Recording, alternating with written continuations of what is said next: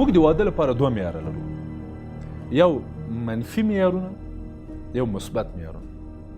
منفي معیارونه هغه دي چې تاسو د خارج ته تګ په خاطر یو چا سره واده کوئ.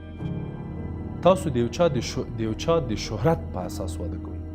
تاسو له یو چا سره چې په کرکټ کې ښه ډنډه وهي واده ورسره کوئ.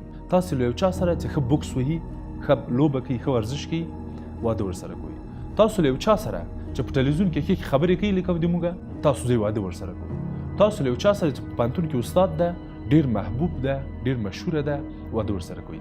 تاسو له یو چا سره چې د طب په فاکولته کې درس وایي او د ډاکټر نوم پرې نښتی ده، واده ورسره کوئ.